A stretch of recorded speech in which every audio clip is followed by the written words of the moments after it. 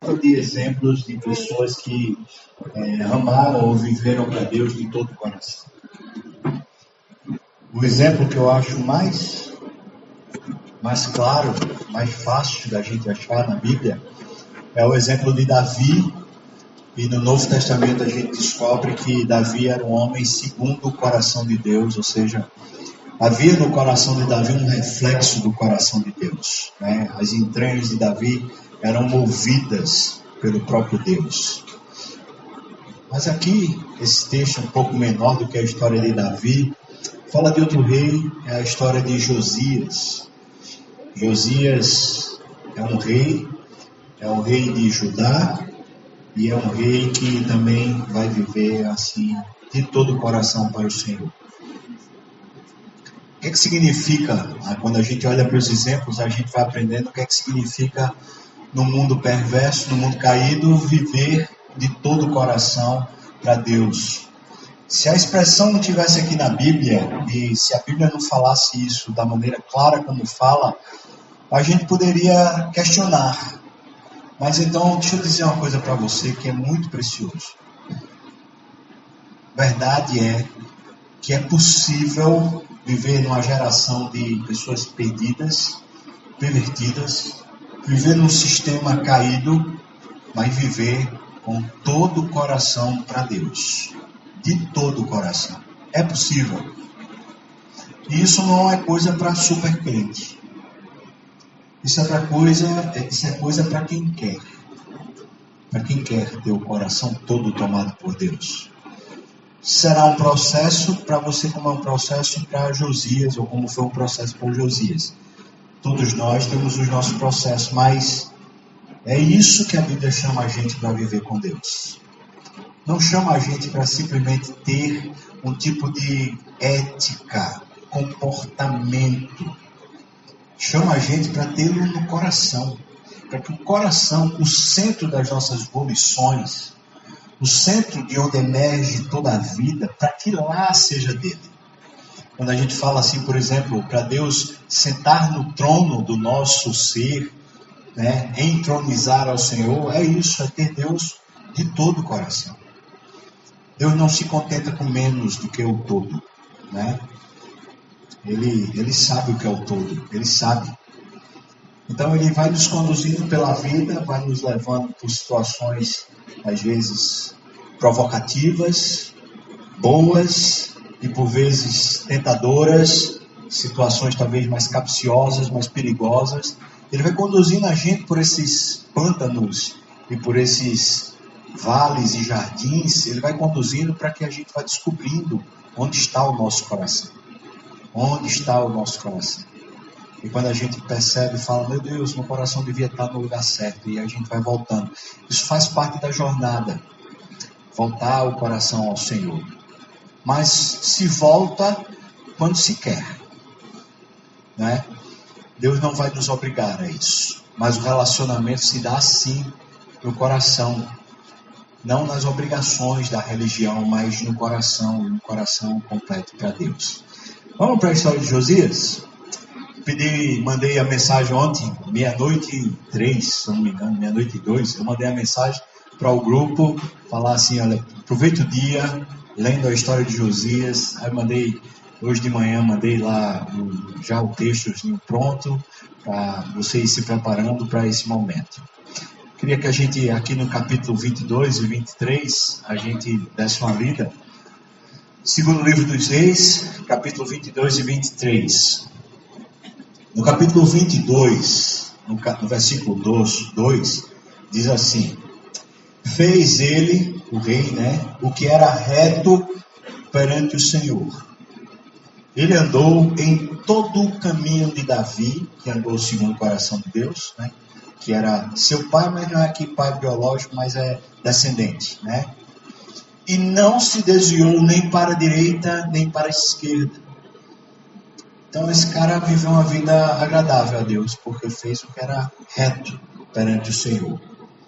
Então você percebe aquela ideia que a gente falou lá sobre os 10 mandamentos, de uma régua que tem uma retidão para medir os passos, né? Agora, Se a gente acha que Deus está procurando esse comportamento exterior, veja que no meio da jornada de Josias, capítulo 23, versículo 3, diz assim: o rei se pôs em pé junto à coluna e fez aliança ante o Senhor, os seus testemunhos e os seus estatutos de Deus, né? E de todo o coração e de toda a alma, cumprindo as palavras desta aliança que estavam escritas naquele livro, e todo o povo anuiu a esta aliança. No meio do caminho, no meio da jornada dele de reinado, Josias, quando descobriu a lei, a gente vai falar um pouquinho sobre isso hoje, mas quando ele descobre a lei e descobre como é que Deus quer a vida dele, ele então convoca todo o povo, o reino dele todo, e diz assim: a gente precisa fazer um pacto com Deus. Não um pacto federativo, mas uma aliança com Deus, dizendo: olha, a gente vai amá-lo, vai segui-lo, conforme ele quer, mas de todo o coração. E o povo anuiu, o povo falou: vamos fazer essa aliança. Quando a gente chega no final da vida dele já, no capítulo 23, versículo 25, já está encerrando a história desse rei. Então diz assim: antes dele, não houve rei que lhe fosse semelhante. E está falando inclusive de Davi. Veja como esse cara realmente foi e se converteu ao Senhor. Ele converteu o coração dele inteiro a Deus. Não houve rei que lhe fosse semelhante, que se convertesse ao Senhor de todo o seu coração e de toda a sua alma e de todas as suas forças, segundo toda a lei de Moisés. E depois dele nunca se levantou outro igual. O que é que Deus está procurando então? O que é que faz Deus encher os olhos? Deixa eu falar aqui com você. Davi foi o rei de Israel que protagonizou a hegemonia nacional, a soberania nacional, o poder nacional. O nacionalismo nasce com Davi em Israel e ele se torna um império com Israel. O poder econômico de Israel vai às alturas no reinado de Davi, que está vivendo segundo o coração de Deus. Depois de Davi entra Salomão, e não há um rei na história de Israel até hoje que se compare a Salomão por causa da sabedoria. Ele faz acordos políticos de sucesso de tal maneira que o poder econômico de Israel sobressai diante de todas as nações. O povo está vivendo muito bem, obrigado. Tem conforto na terra, tem história boa para se viver durante o período de Salomão. Só esses dois reis já seriam para a gente falar assim: meu Deus, é isso que Deus quer. Deus quer então gente que seja assim bem guerreira, bem aguerrida, ou gente que seja bem sábia para administrar bem as coisas. Mas aí o texto vai e fala de Josias, que para a gente é uma historiazinha pequena, insignificante. Mas para Deus, ele fala: nunca houve antes e nem nunca houve depois. Esse cara foi pensado e foi colocado numa posição de honra por Deus e diante de Deus que mais ninguém na terra conseguiu ter. Mais ninguém.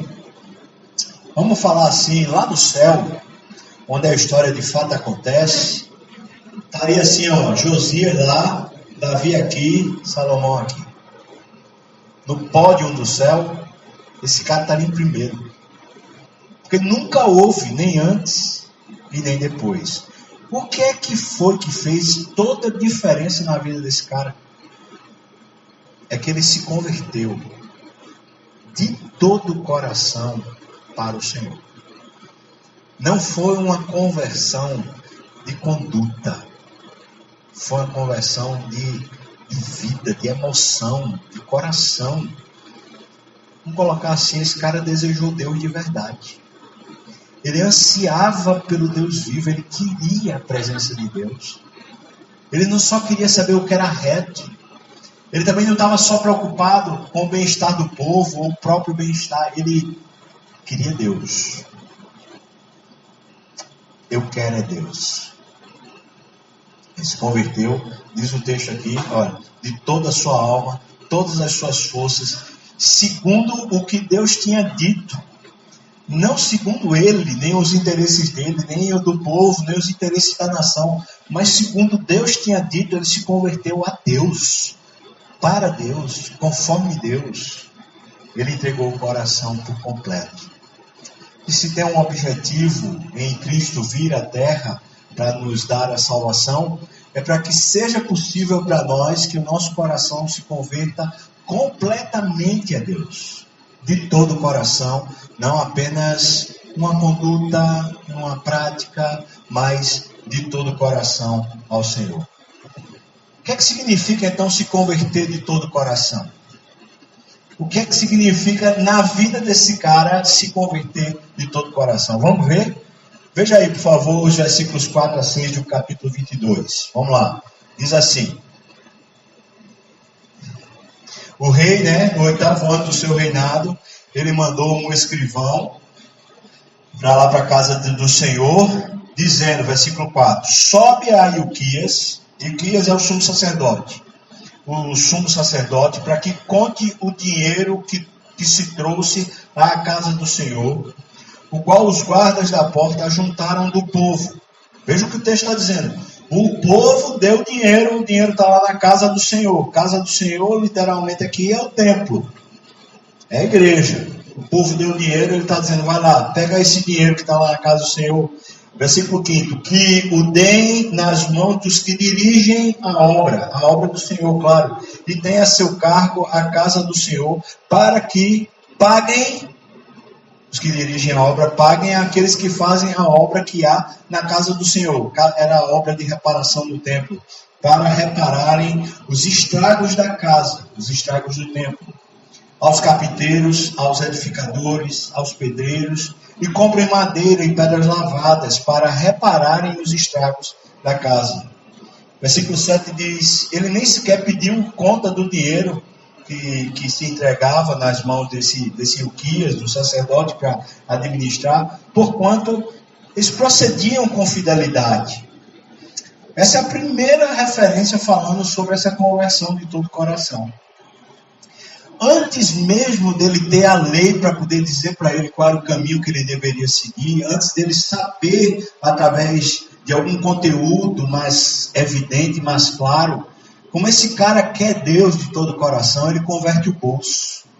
E ele não converte apenas o bolso dele, mas ele converte o bolso da nação. Ele diz, o dinheiro tem que ser usado para a casa do Senhor, o dinheiro tem que ser usado para as coisas de Deus.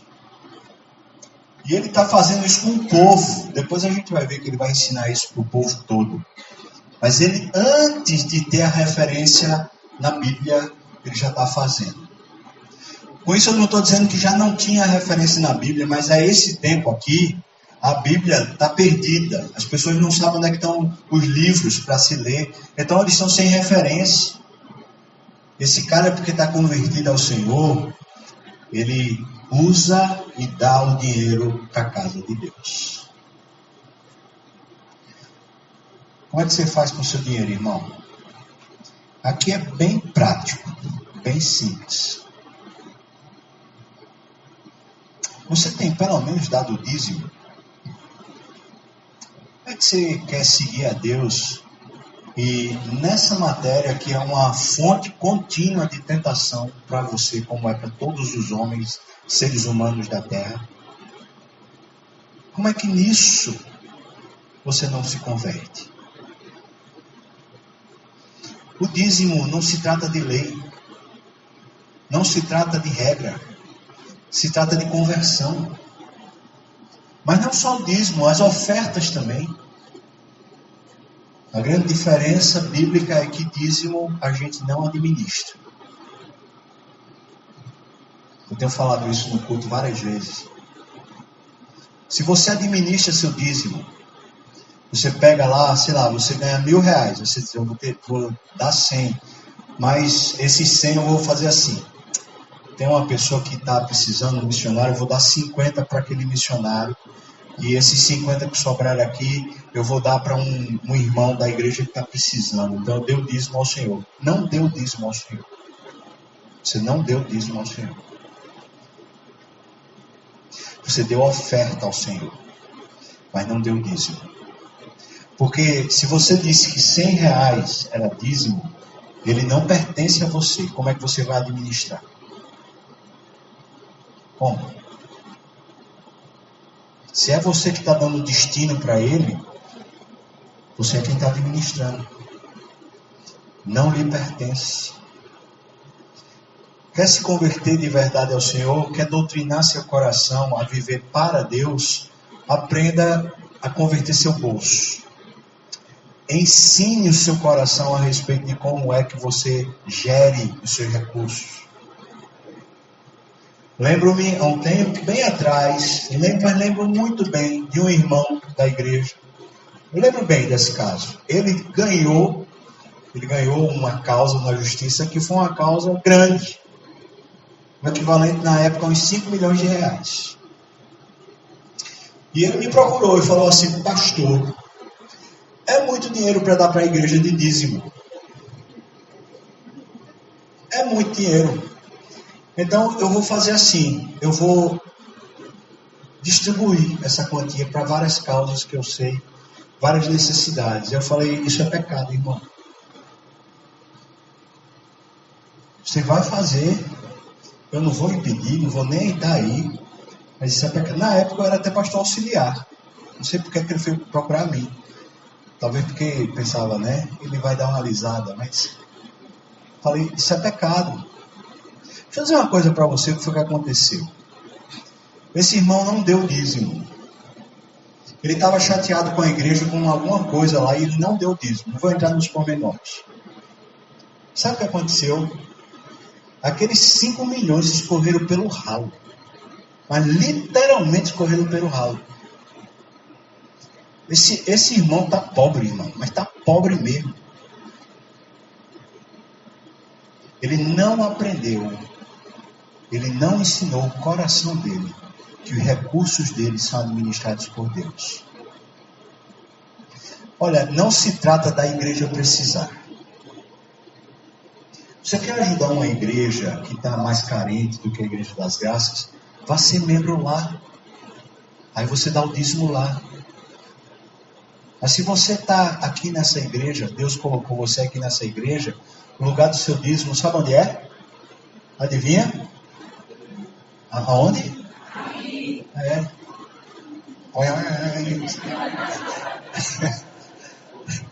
Isso foi um efeito perfeito, não foi?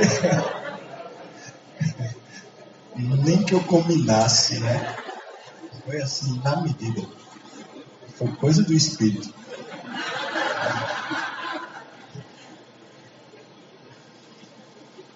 Se você não se converte ao bolso, né?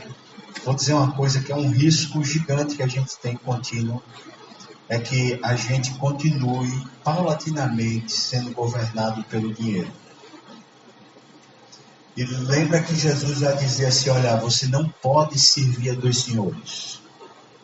Você não pode servir a riqueza e servir a Deus. Quando você agrada um, você aborrece o outro. Não podeis servir a Deus e as riquezas. O que Jesus está ensinando é esse princípio de conversão. O seu dinheiro, seja quando for, ele precisa ser administrado por Deus e para Deus. Como é que você ensina seu coração a viver isso? É sendo obediente. Dê o dízimo. Ah, mas eu ganho tão pouquinho. Isso não vai fazer nem diferença na igreja. Vou dizer para você, irmão, não se trata da questão da igreja, se trata de você. Não tem a ver com a igreja precisar ou não precisar, mas tem a ver, sim, com você doutrinar seu coração. Ele se converteu e converteu primeiro, logo, antes mesmo de ter uma percepção mais clara das Escrituras. Ele já converteu o bolso. Pergunto para você assim: seu bolso é convertido? O seu bolso é convertido? Segunda coisa que faz parte dessa conversão ao Senhor de todo o coração, o texto diz que ele se humilhou diante da palavra do Senhor. Vamos lá, capítulo 22. Do versículos 11 até o versículo 20, diz: Tendo o rei ouvido as palavras do livro da lei, versículo 11, ele rasgou as suas vestes. Essa aqui é uma expressão da tradição, da cultura hebraica na época, de alguém que está se humilhando. Agora imagine um rei, né? O rei com toda a pompa diante do povo, ele está ouvindo a lei e de repente ele rasga as vestes. E fica lá assim, né, sem roupa na frente do povo. Imagina a vergonha que é isso, irmão. Mas é porque significa isso. Ele foi lá, quando a palavra chegou, ele falou: meu Deus, é isso é a verdade. E eu estou me humilhando diante dela. Veja como foi que ele fez. Ele ordenou ao rei, o rei ordenou a Ilquias, o sacerdote, e aí ele diz um bocado de nome aqui no versículo 12, versículo 13, ele ordenou o seguinte: ide e consultai o Senhor por mim, pelo povo e por todo o Judá acerca das palavras deste livro que se achou. Pessoal, porque grande é o furor do Senhor que se acendeu contra nós, porquanto nossos pais não deram ouvidos às palavras deste livro para fazerem segundo tudo quanto de nós está escrito. Então o sacerdote Ilquias e assim o grupo também foram até com a profetisa Uda, mulher de Salum, o guarda-roupa. Imagina o tamanho desse cara, né? O nome dele é o guarda-roupa, filho de Tikva, filho de Arás, e lhe falaram. Ela habitava na cidade baixa de Jerusalém. Ela lhes disse: assim diz o Senhor, o Deus de Israel, dizei ao homem que vos enviou a mim, ou seja, o rei que enviou eles, né? Assim diz o Senhor: eis que trarei males sobre este lugar e sobre os seus moradores, a saber, todas as palavras do livro que leu o rei de Judá. Visto que me deixaram e queimaram incenso a outros deuses, para me provocarem a ira com todas as obras de suas mãos, o meu furor se acendeu contra este lugar e não se apagará.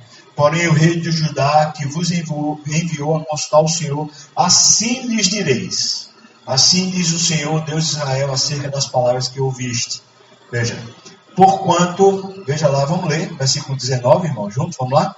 Porquanto o teu coração se entremeceu e te humilhaste perante o Senhor, quando ouviste o que falei contra este lugar e contra os seus moradores, que seriam para assolação e para maldição, e rasgastes as tuas vestes, e chorastes perante mim, também eu te ouvi, diz o Senhor.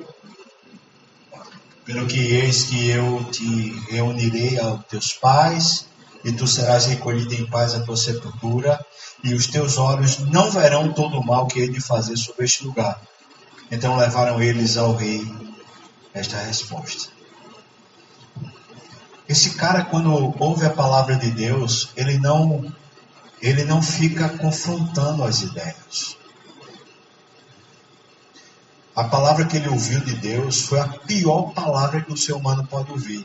Sabe o que ele ouviu da palavra de Deus? Ele ouviu: daqui a pouco. Essa era a palavra que ele estava lendo. Daqui a pouco eu vou destruir Jerusalém. Por causa do pecado de todos os reis anteriores, eu vou destruir Jerusalém. Agora ele é o rei de Jerusalém. Quando ele ouviu isso, ele falou: é verdade. Essa palavra é verdade. E o que foi que ele fez? Ele rasgou as vestes, se humilhou e chorou diante de Deus. Ele não ficou dizendo assim: besteira, conversa, não é assim também não é tão duro assim não é desse jeito não. Ele não ficou, ele se rendeu. Às vezes a palavra de Deus, para a nossa própria edificação, para o nosso próprio benefício, ela tem que ser dura para nós. Não contra nós, mas ser dura para nós. E na hora que ela é dura conosco, parece que ela está sendo contra. Mas ela não nos é contra, ela nos é a favor, sempre.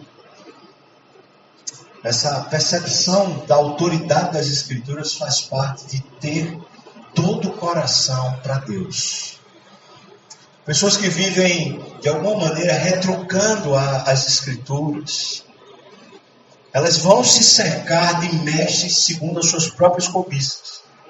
Se você vive descontente com a palavra de Deus, com o que a Bíblia fala para você, ou se você se interessa pouco em ouvir a voz de Deus pela palavra, pode ter certeza que mais dia menos dia você vai começar a se cercar de alguém que vem ensinar para você aquilo que você quer ouvir, e não aquilo que a Bíblia está dizendo. Como é que se converte o coração todo ao Senhor? É quando a gente olha para a palavra, a gente reverencia ela, fala, pode falar, Deus. Pode falar o que eu quero ouvir, mas também pode falar o que eu não quero ouvir. Pode falar o que eu gosto, mas também pode falar o que eu não gosto. Pode falar, Deus. A gente, quando conhece menos a Bíblia, a cultura bíblica, quando a gente conhece um pouco menos a história da Bíblia, quando a gente lê a Bíblia, eu acho que a gente lê ela com olhos mais enternecidos, mais compungidos. Eu lembro quando eu era adolescente ali lendo a Bíblia, que eu lia, por exemplo, Isaías, Jeremias, Ezequiel, os profetas. Eu não entendia nada das circunstâncias históricas. Nada. Não sabia nem para onde ia. Quando falava os nomes, eu não sabia nem onde é que ficava. Mas eu lia, cada palavra que eu lia lá, quando dizia assim, por exemplo, Judá, eu sou contra você, eu vou lhe derrubar, eu vou lhe destruir. Eu falava, Judá sou eu. Oh Deus, o que é que o Senhor quer contra mim? O Senhor vai me destruir, o Senhor vai me quebrar. Meu Deus, o que é que o Senhor vai fazer? Por favor, tenha misericórdia. Aí depois ele chegava lá, Israel, eu sou contigo, eu sou o teu Deus, eu te fortaleço. Quanto Israel sou eu? Deus, o Senhor é comigo, o Senhor me fortalece. Que lindo, irmãos. Era Deus falando comigo. Quando a palavra era pesada, era para quebrar, deixa quebrado. Quando a palavra vinha para levantar, me levantava, porque era Deus falando comigo. E quando a gente vai conhecendo mais a Bíblia, o que é que a gente descobre? É que de fato era Deus falando comigo. Só que agora a gente entende um contexto maior. Tem uma história por trás, mas no fundo é a mesma coisa, ou seja, Deus falando com você.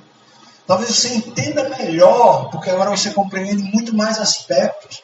Ficou mais profundo o relacionamento. Mas é exatamente a mesma coisa que acontecia lá no meu quarto quando eu era adolescente. Deus, o Senhor do céu e da terra, falando comigo, e ora ele fala bem, e ora ele fala duro. Mas é o mesmo Deus. Então que eu me curve e que eu adore a palavra que ele me disser. E quando ele tiver de ser duro, que ele seja. E quando ele tiver de ser bem amável, que também seja, porque uma coisa, sempre ele será bom comigo, porque ele me escolheu. Com você também ou não? Se converter ao Senhor é pôr a palavra dele no lugar que tem que estar. Deus não volta atrás da sua palavra, irmão. Ele não volta.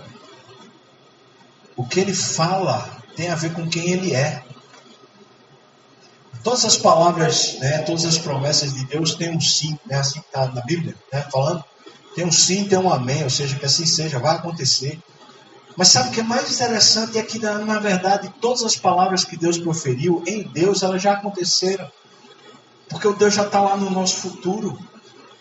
É como se Deus falasse tudo que vai acontecer no futuro, falasse do passado, porque para Ele tudo já aconteceu.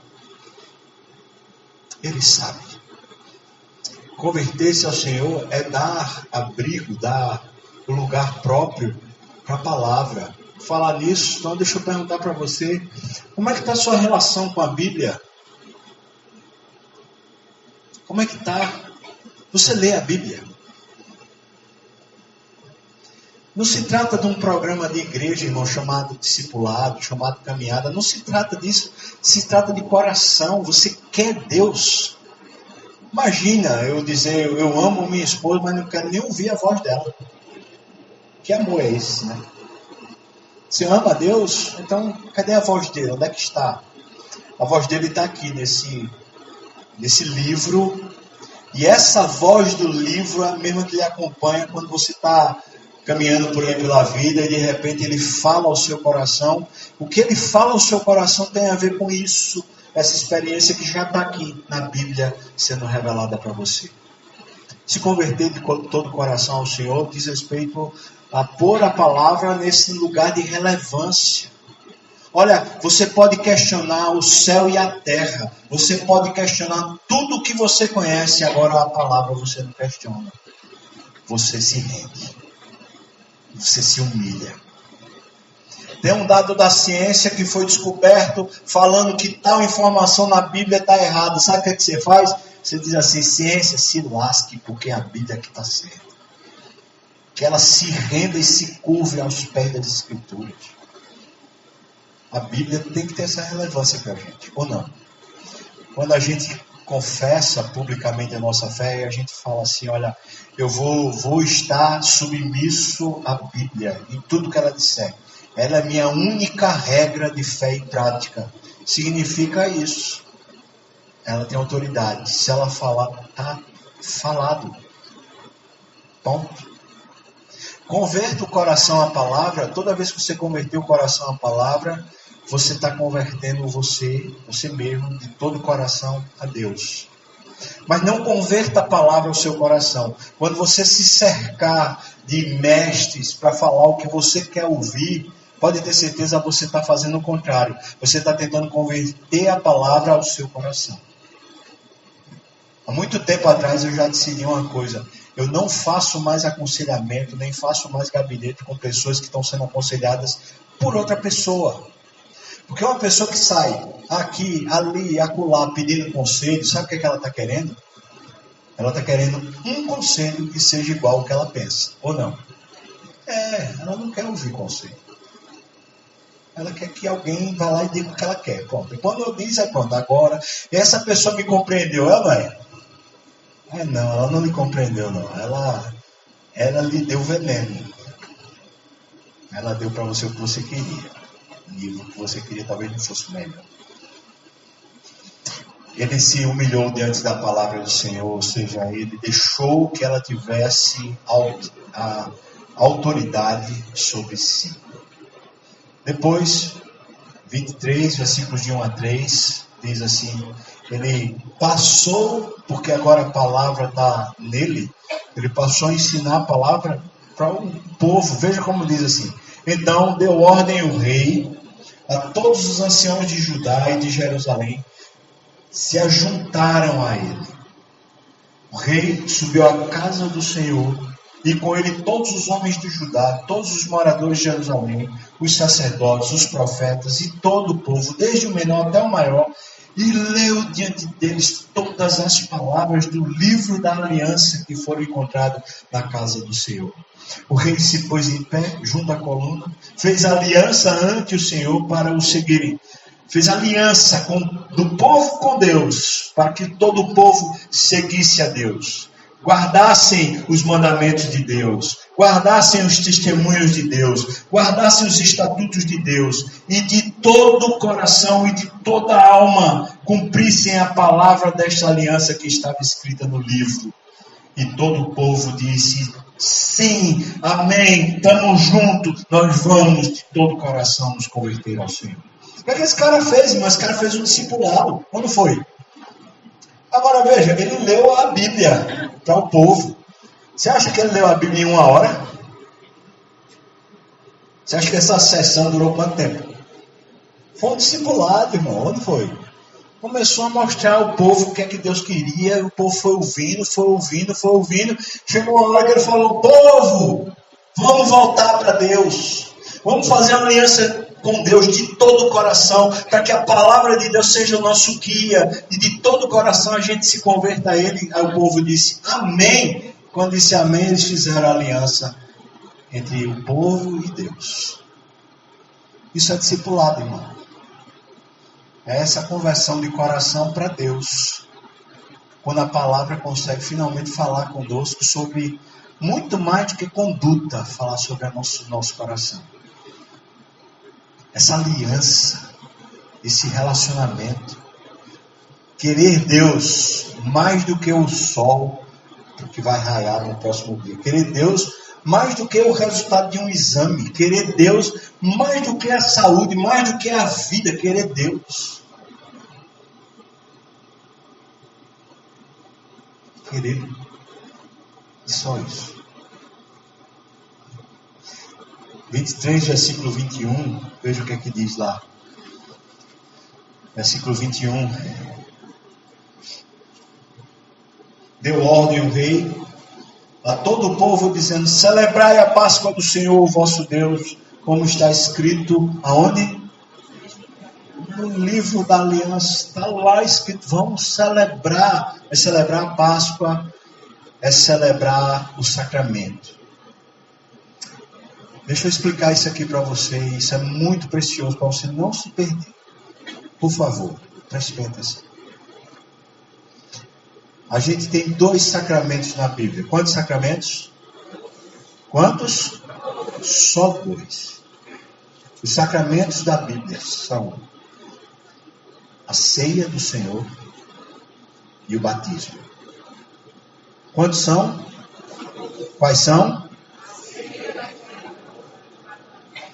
Esses 2 sacramentos são cerimônias, rituais, que a Bíblia instrui, que revelam a nossa relação com Deus. É isso que o sacramento é. São cerimônias, rituais, que revelam a nossa relação com Deus. O que é, então, o sacramento?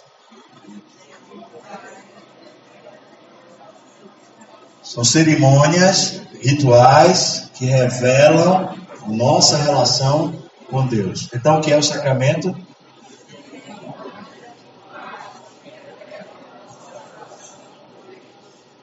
Quando você vai para o batismo, você afirma publicamente a sua relação com Deus.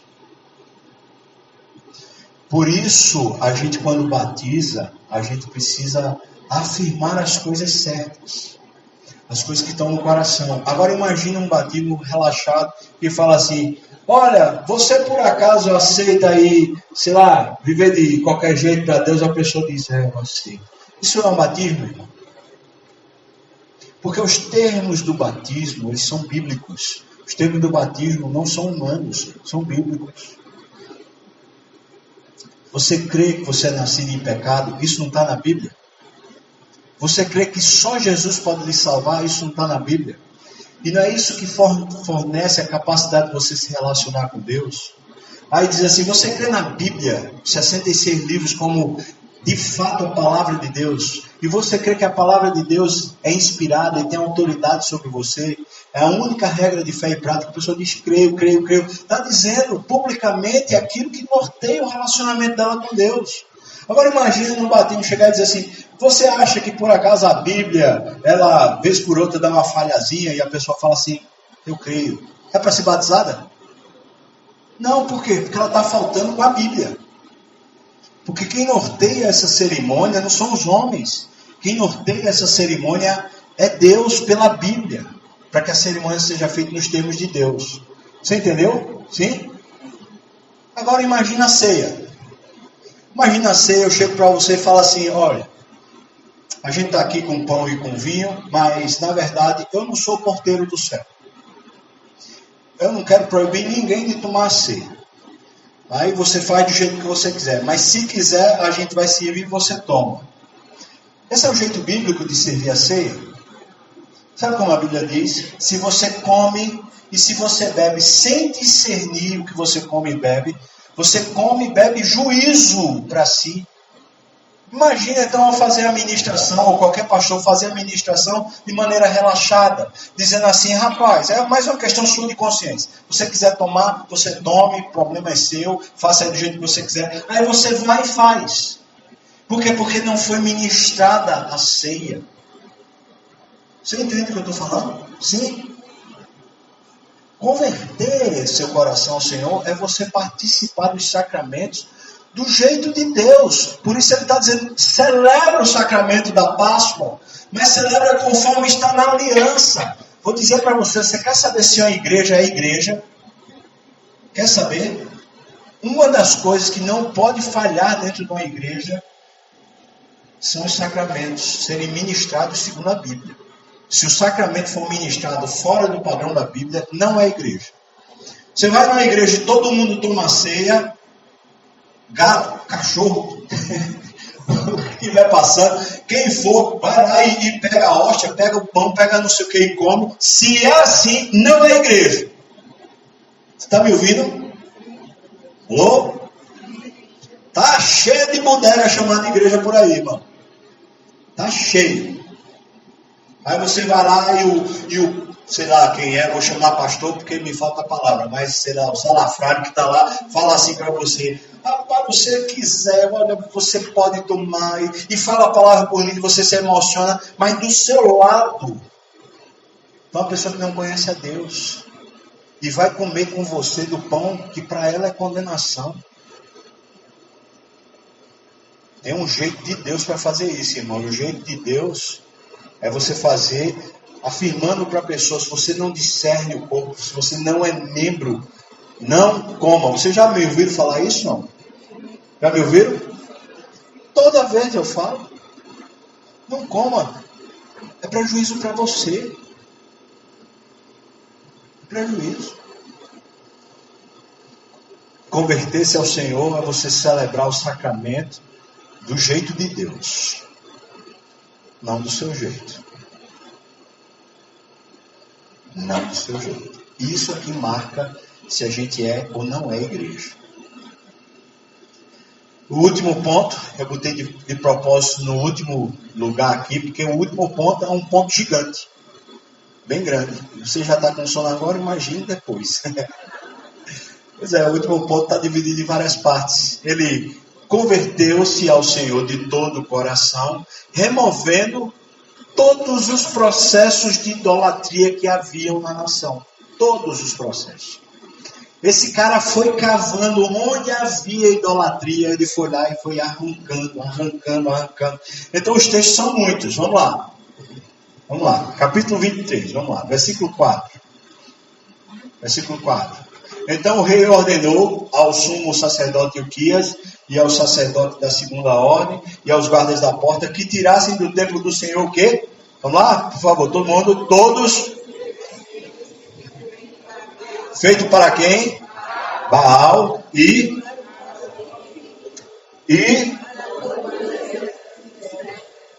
os queimou fora de Jerusalém, nos campos de Cedron, e levou as cinzas deles para o Betel.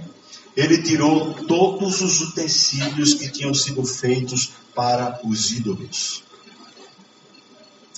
Tirou e jogou fora, queimou essas pragas. Você tem utensílio na sua vida de coisas que eram para ídolos ou que levavam você à idolatria? Tem livro espírita, coisas espíritas dentro da sua casa. Tem santinho de barro, santinho do pau oco, santinho não sei o que lá, tem. Ah, mas é tão bonitinho. Ah, mas era a lembrança da minha mãe, era a lembrança não sei o que lá. Se a gente acha que isso é coisa do Velho Testamento, então era bom que você fosse lá para o Novo Testamento, em Atos 19, quando o povo de Éfeso se converteu. Sabe o que foi que eles fizeram? Eles queimaram em praça pública tudo que eles tinham que era de outras entidades. Tudo. Eles queimaram em praça pública. Lembro-me que quando eu era ainda adolescente, tinha um livro lá espírita lá em casa. Minha mãe era espírita antes, né, de se converter. E aí a gente foi queimar aquele negócio. E a gente botou no quintal e botou assim num vaso, né, um vaso de planta assim, um vaso oco, botou o livro lá e botou álcool e foi queimar. Menino, o que é aquilo? Eu lembro que veio um vento, um redemoinho dos infernos, aquele negócio começou a voar e saía a folha voando para todo canto e a folha pegando fogo. Eu disse assim, vai pegar fogo em tudo. Eita. E o menino e o moleque achavam bonito e ficava com medo ao mesmo tempo. Aquele negócio, que era aquilo, irmão? Coisa do diabo. Sai, diabo, Satanás. Sai. O utensílio não tem poder nenhum. Mas a memória tem. Sua memória tem. Joga fora. Mas não dá para outro não, porque se não presta para tu, vai prestar para quem? Queima essa praga. É de ouro, é de prata, sabe o que você faz? Manda para o ourivo, não sei o quê, e transforma isso em outra coisa. Transforma essa praga do Egito. Te liberta, no nome de Jesus, irmão. Versículo 5, veja o que é que diz. Também destituiu os sacerdotes que os reis de Judá estabeleceram para incensarem sobre os altos das cidades de Judá e ao redor de Jerusalém, como também os que incensavam a Baal, ao sol, à lua e aos mais planetas e a todo o exército dos céus. Veja a bagunça que havia dentro desse reino. Está dizendo aqui que os sacerdotes, não é isso? A mando dos reis de Judá, eles saíram incensando a população e os altos em todo lugar, com adoração ao sol, à lua, a Baal, aos planetas. E o exército dos céus aqui é uma referência a anjos, mas é uma referência, na verdade, a demônios. Era isso. Era ritos que se fazia a essas entidades, a esses deuses, a esses negócios. Ele vai lá, sabe o que ele faz? Ele demite os sacerdotes que agiam assim. Ele destitui, ele tira do ofício. Isso aqui não faz mais parte. Acabou-se. Ele não está com pena de ninguém, não, irmão. Esses caras têm família, esses caras viviam disso, eles estão tudo desempregados. Mas o que você acha? Tá certo? Alô? Tá certo? Tem que fazer isso mesmo? É? Ele demite. Versículo 6, viu isso que diz? Também tirou da casa do Senhor o poste ídolo que levou para fora de Jerusalém até o vale de Cedron, no qual o queimou e o reduziu a pó, que lançou sobre as sepulturas do povo. E a ideia de lançar na sepultura é para tornar esse negócio totalmente inapropriado. Ou seja, acabou-se. Lançou fora. Poste ídolo que estava na casa do Senhor. O que é que esse cara está fazendo? Ele está indo ponto a ponto onde há idolatria e ele está removendo. Qualquer coisa que remonte idolatria, ele está removendo. Qualquer coisa. E ele não está tendo piedade. Não está tendo piedade, está sendo duro. Tem que demitir, demite. Tem que quebrar, quebra. Tem que queimar, queima. Vamos continuar. Vamos lá. Versículo 7. Também derribou as casas da prostituição cultual que estavam na casa do Senhor, onde as mulheres teciam tendas para o poste ídolo. Vê só. Na casa do Senhor estava o quê, irmãos? Vamos ler o texto, 7 aí. Na casa do Senhor estava o quê? A casa da prostituição cultural. É isso mesmo que você viu. É um culto de prostituição. E o que é que ele fez? Ele destruiu a casa. Derribou. Sabe o que é que significa derribar? Ele pegou, sei lá, marreta e saiu. Tá, tá, tá. Quebrou a casa todinha. Derribou a casa. Essa casa era o lugar onde as sacerdotisas, essas divindades, as sacerdotisas ministravam. Como era o culto? Era uma orgia. O cara ia oferecer o culto, o que é que ele fazia? Ele oferecia a oferenda dele lá para os deuses e ele celebrava o culto dormindo com as sacerdotisas. Dormindo, por assim dizer, né? Ou seja, o que é que esse cara está falando? Ele está arrancando tudo que seja idolatria. Todos os processos de idolatria. Versículos 10 a 13. Veja como diz. Também profanou a Tofete. A gente não sabe o que é Tofete, né? Ele diz que está no vale dos filhos de Rinom. Para que ninguém... Vê o que está escrito aí. Para que ninguém o quê? Queimasse a seu filho ou a sua filha como sacrifício a Moloque. Uma entidade que as pessoas iam e sacrificavam os filhos. Ele pegou um lugar, esse altar que era para essa entidade, ele foi lá e profanou. Versículo 11 diz: tirou os cavalos que os reis de Judá tinham dedicado ao sol. A entrada da casa do Senhor, perto da câmara de Natã Meleque, o camareiro, a qual ficava no átrio, e também os carros do sol ele queimou. Pegou os cavalos e disse, não presta mais, esse cavalo vai para lá. E pegou os carros que eram dedicados a esse Deus Sol e ele também queimou. Versículo 12. O rei derribou os altares que estavam sobre a sala de Acais. Acais tinha sido um rei anterior. Sobre o terraço, altares que foram feitos pelos reis de Judá, como também os altares que fizeram Manassés, nos dois atos da casa de quem? Da casa do Senhor, no meio do templo, eles fizeram altares a esses deuses, e esmigalhados os tirou dali e lançou o pó deles no ribeiro de Cedron. Versículo 13. O rei também profanou os altos que estavam defronte de Jerusalém, a mão direita do monte da destruição, dos quais edificara Salomão, rei de Israel, para Astarote. Salomão tinha edificado um altar para Astarote, a abominação dos Sidônios. Depois, para Quemos, a abominação dos Moabitas. E também para Milcom, a abominação dos filhos de Amon. Está aqui, irmãos. Esse cara pegou tudo. É como se ele pegasse assim, ó, absolutamente tudo que tinha virado costume no povo, o que os reis anteriores tudo promoveu, aquilo que todo mundo já se acostumou a viver e a fazer e a ver. Ele pegou e disse assim, vamos acabar com essa festa, vamos acabar com essa idolatria, vamos acabar com essas pragas todas.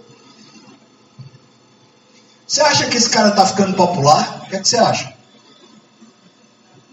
Isso é tudo costume do povo. Ele está lá quebrando, derrubando, está matando a marreta para todo lado, está pegando esses itens, está virando pó, está profanando, ele está fazendo um escambau. E você acha que esses sacerdotes que foram demitidos ficaram como?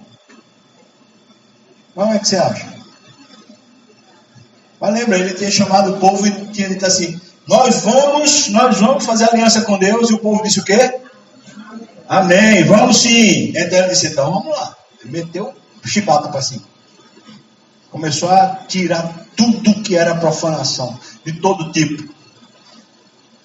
Versículos 11 a 13, agora o versículo 15. Reparou os erros dos reis anteriores, como eu falei. Agora os versículos 15 e 16, veja o que é que diz aí. Também o altar que estava em Betel, e o alto que fez outro rei chamado Jeroboão, filho de Nebate, que tinha feito pecar a Israel. Agora ele está no outro reino, que é o reino de Israel, tá?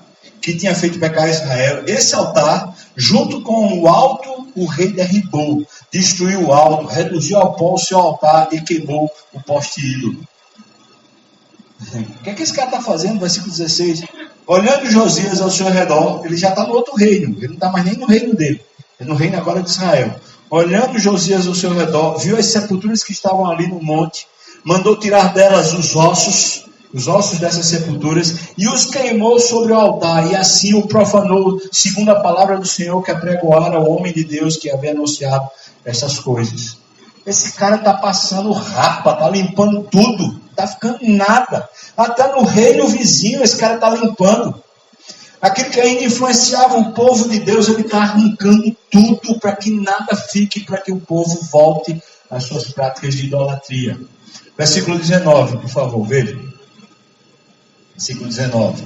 Também tirou Josias todos os santuários dos altos que havia nas cidades de Samaria e que os reis de Israel tinham feito para provocarem o Senhor a ira, e lhes fez segundo todos os atos que tinha praticado em Betel. Ou seja, tudo que ele profanou, tudo que ele quebrou, tudo que ele queimou, tudo que ele jogou fora, ele fez a mesma coisa agora em Samaria.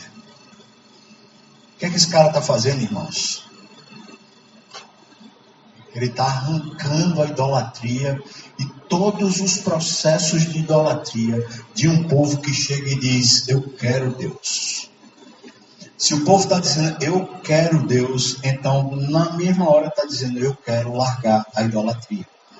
E todos os processos que têm a ver com a idolatria, eu quero largar. Versículo 20, veja aí, o versículo 20 diz, matou, pode ler comigo, vamos lá? Matou todos os sacerdotes dos altos que havia ali sobre os altares e queimou ossos humanos sobre eles. Depois voltou para Jerusalém. Como assim? Matou? Matou os sacerdotes. Uns ele demitiu, outros ele matou. E é no reino vizinho, irmão. E ele está indo matar lá. É isso mesmo, matou.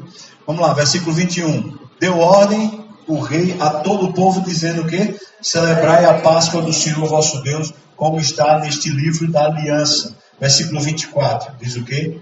Aboliu também Josias.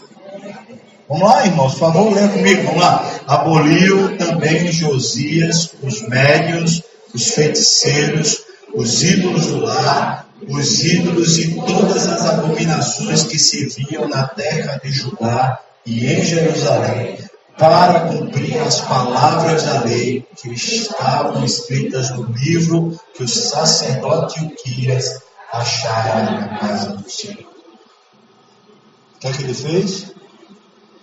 Ele pegou todos os processos que haviam de idolatria e um a um, à medida que ele achava, à medida que ele via, ele foi tomando providência para que aquilo não mais existisse, nem no reino, nem na vida dele. Então, como é que um coração vai ser totalmente do Senhor?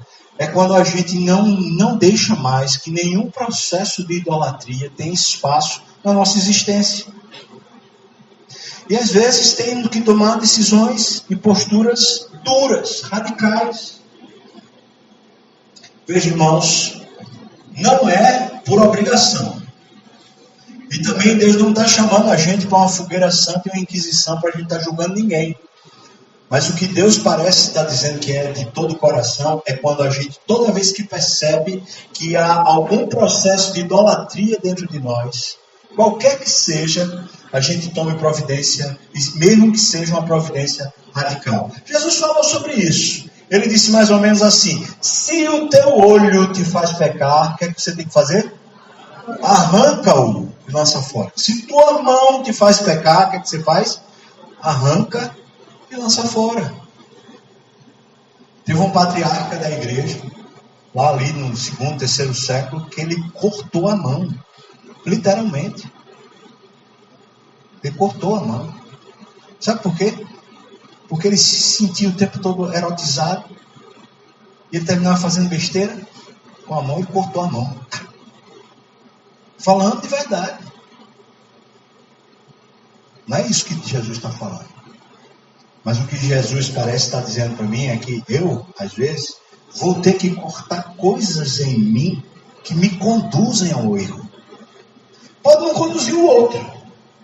O outro está bem, está bom. Mas eu, se aquilo me conduz à prática do pecado, vai lá e corta. Mas vou cortar por causa de quê?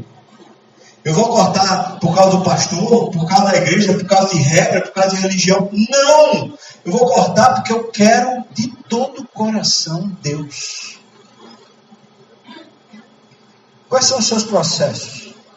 Onde é que está a sua idolatria? Qual é o seu ponto fraco? Qual é o seu ponto fraco?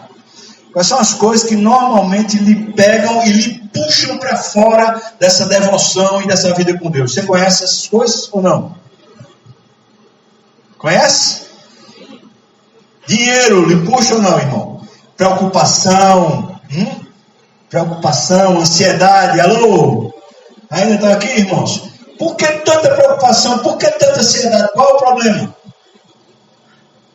Qual é o problema? Usa uma lógica simples. Você está com tanta preocupação por causa de quê? Por causa de falta de confiar em Deus. Alguma coisa está sendo maior do que Deus para você, ou não?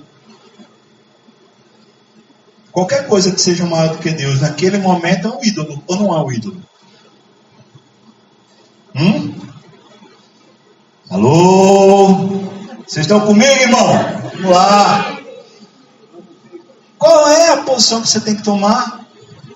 O pingente de ouro lá é fácil a gente queimar.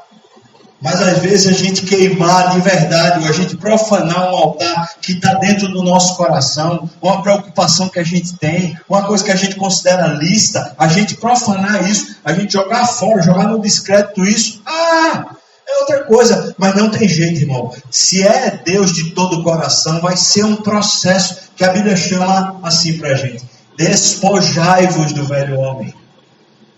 É a gente destituir essas coisas que foram nossos processos antigos.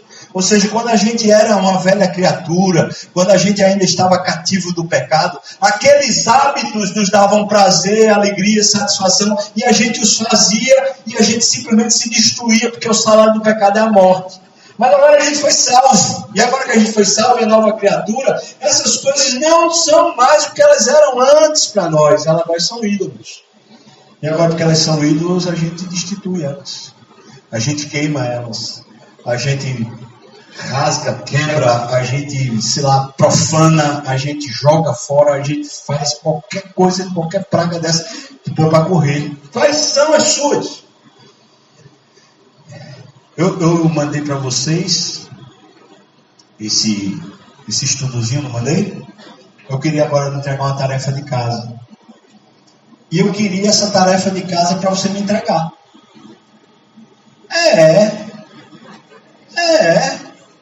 É a prova do semestre, irmão. É mesmo? Eu vou querer entregar. Quero que você entregue. Eu quero que você olhe tudo o que ele fala, como removeu todos os processos de idolatria. Eu quero que você olhe todos esses processos de idolatria, você estude um por um, e do jeito que está aqui, por exemplo, tirassem do templo do Senhor todos os utensílios. Eu queria que você colocasse nas suas palavras cada uma dessas coisas. O que é que isso significa para você?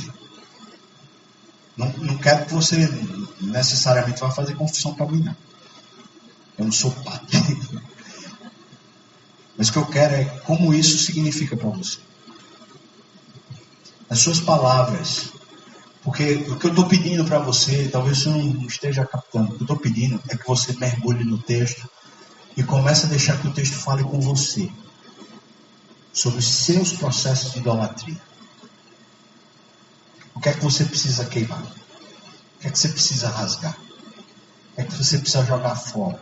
O que é para você os utensílios que você mantém no templo do Senhor? Onde é que é o templo do Senhor hoje, irmãos? É o meu coração. O que é que você mantém no coração que precisa, sei lá, tirar de lá? Quais são os utensílios? Tarefinha de casa. Tem 1, 2, 3, 4, 5, 6, 7, 8, 9, 10, 11. 11. Amém, irmão? Eu quero 11 de cada um. E vocês oram por mim para eu ter tempo para ler. 11. Você faça a sua interpretação do que significa para você esse processo. Sabe qual é o benefício disso? O benefício para você. Você mesmo vai diagnosticar seu coração, ver suas inclinações, ver como muitas vezes você reage. E vai lá diagnosticando. Quanto tempo demorou para Josias pegar isso e fazer toda essa limpeza no templo? Sabe quanto tempo demorou? A vida dele toda. Sabe quanto tempo vai demorar para a gente? A vida da gente toda. Mas seria bom que a gente fosse diagnosticando. Isso é um hábito que eu tenho desde quando eu era menor. E sabe, em vez de a gente dizer assim, rapaz, eu tenho isso porque meu pai fez isso comigo. Eu tenho isso porque eu sofri uma violência quando eu era criança.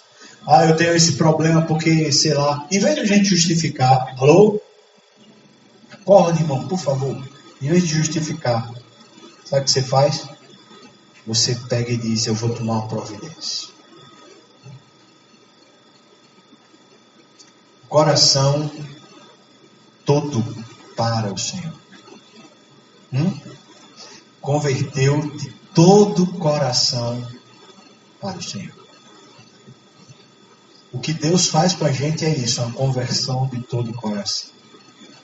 Vou encerrar contando uma história que foi muito preciosa. Um irmão nosso, daqui da igreja, do seu trabalho, de repente ele sofreu uma injustiça gigante, judicial. Nessa injustiça, ele perdeu cerca de 70% do recurso que ele ganhava mensal. Injustiça. A gente não está falando de coisa justa, não. Está falando de injustiça. Perdeu 70% do que ele ganhava mensalmente. Eu lembro bem porque no momento que isso aconteceu, quem estava mais junto para ouvir, para chorar junto era eu. Naquela situação, o irmão começou a orar e falar: Deus, por quê? Veja a pergunta que ele fazia para Deus: por que essa perda está significando tanto para mim? Se eu sei que quem me sustenta é o Senhor, por que eu estou ficando tão triste e tão abatido se eu sei que quem me sustenta é o Senhor? Ficou ali um tempo, essa conversa com Deus. Você perdesse 70% da sua renda, o que é que acontecia com você? Sabe o que aconteceu depois de algum tempo? O Simão falou assim: pastor, Deus falou para mim o que foi. Eu não estava vendo, mas dinheiro tinha se tornado meu ídolo. Era o que eu recebia que era importante para mim. E porque Deus me ama, Ele pegou e me tirou. E agora está me fazendo assim, passar por esse momento de humilhação e de perda, para eu amá-lo de todo o coração. E esse foi um remédio que sarou o coração. Sabe quando foi que se resolveu, irmão? Sabe quando ele voltou a ganhar os 100%? Sabe quando? Nunca. Até hoje não ganha nem os 30%. Mas mudou tudo, sabe por quê? Porque era um ídolo. Ele removeu e queimou. Está feliz da vida. Com 30%. Mas queimou.